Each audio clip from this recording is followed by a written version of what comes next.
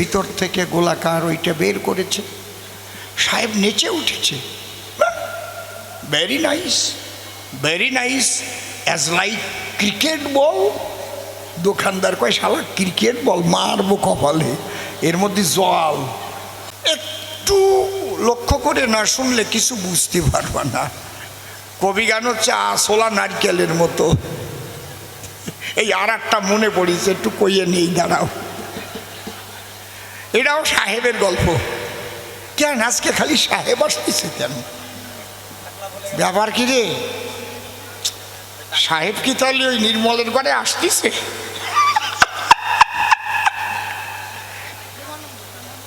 বলা যায় না।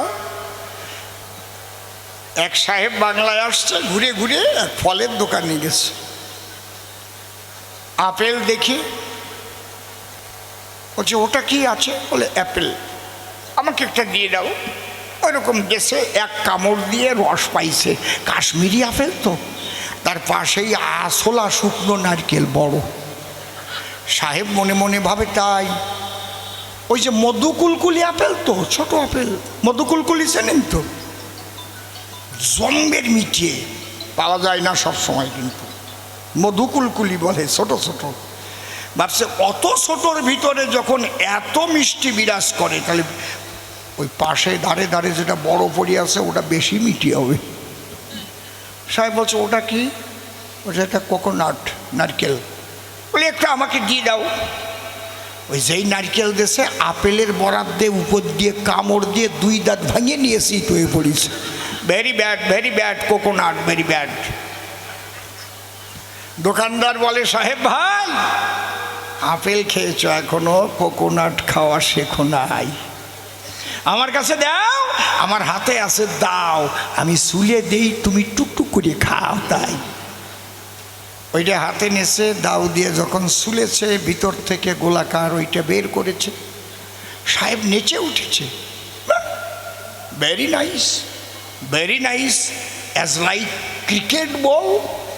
দোকানদার কয়, শালা ক্রিকেট বল, মারবো কপালে, এর মধ্যে জল। যেই দাউ দিয়ে বাড়ি মারছে, ফেটে গিয়ে চান চান করে জল পড়তেছে। সাহেব আবার নেচে উঠেছে, what is this, what is this, excellent, excellent, all body cover but inside water. এ কোন কল, সব জায়গা আটকানো, ভিতরে জল।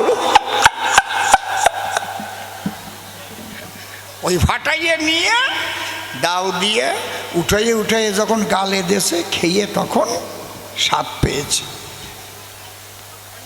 বসে শোনেন নারী নরে, কবি গান কিন্তু আসলা নারকেলের মতো হয়ে পড়ে।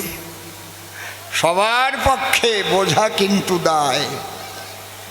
এই জন্যে জ্ঞানের দাও নিয়ে হাতে বসে থাকতে হবে সবাতে, ওইটা দিয়ে সুলে সুলে খাও। জয় রাধে। চেষ্টা করব আমি বুঝাবার, না পারলে আর করবো কি? ভাববো আমারই অযোগ্যতা, আপনাদের ভুল না, আপনারা বিজ্ঞ শ্রোতা। তাহলে বেদে ব্রহ্মকে দিয়েছে শ্রেষ্ঠত্ব,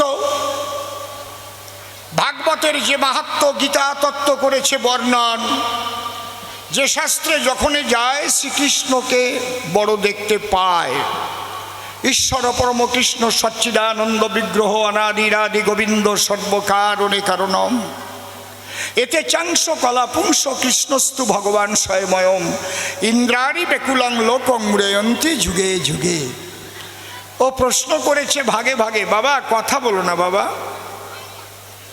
কারণ 1 লক্ষ রাখো, আমি খুব বেশি টাইম থাকবো না, কিন্তু শুনে যাও, জীবনে কাজ হবে যদি কিছু পাও। তা ও প্রথম প্রশ্ন করেছে উত্থাপন। এতগুলো গ্রন্থ পড়ে দেখেছি, তার ভিতরে শ্রেষ্ঠ হচ্ছে শ্রীকৃষ্ণ শ্রী মধুসূদন। কিন্তু যখন জয়দেবের গীত গোবিন্দ পড়তে যাই, সেখানে আর সেই ভাব নাই। সেখানে শ্রেষ্ঠত্ব পেয়েছে রাধিকা রতন। বাবা তুমি কথা লবা, আমাকে একটু বুঝাইয়ে দেবা, তাহলে রাধা বড় না কৃষ্ণ বড় শুনতে চাহে মন।